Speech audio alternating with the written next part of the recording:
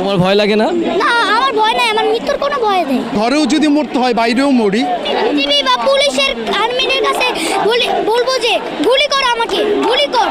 বাবা, আজকে যে তুমি এই আন্দোলনে এসেছো, কেন এসেছো? কেন আমি আন্দোলনে বিচার পেতে আসছি। কার বিচার যেতে? যারা অকারণে শহীদ হয়েছে, অকারণে শহীদ হয়েছে যারা। এখন তুমি কি চাও? এখন আমি চাই প্রতিবাদ।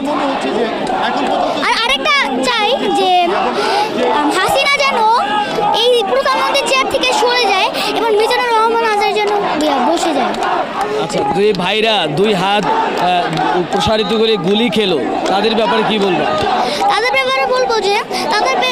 ব্যাপারে বলবো যে দোয়া করি যারা যেন জান্নাতবাসী হন, কারণ সে যে অকারণে বলেছে, সে কিন্তু একটা মিথ্যা কথা বলেছিল। প্রথমে বলেছে যে রাজাকারের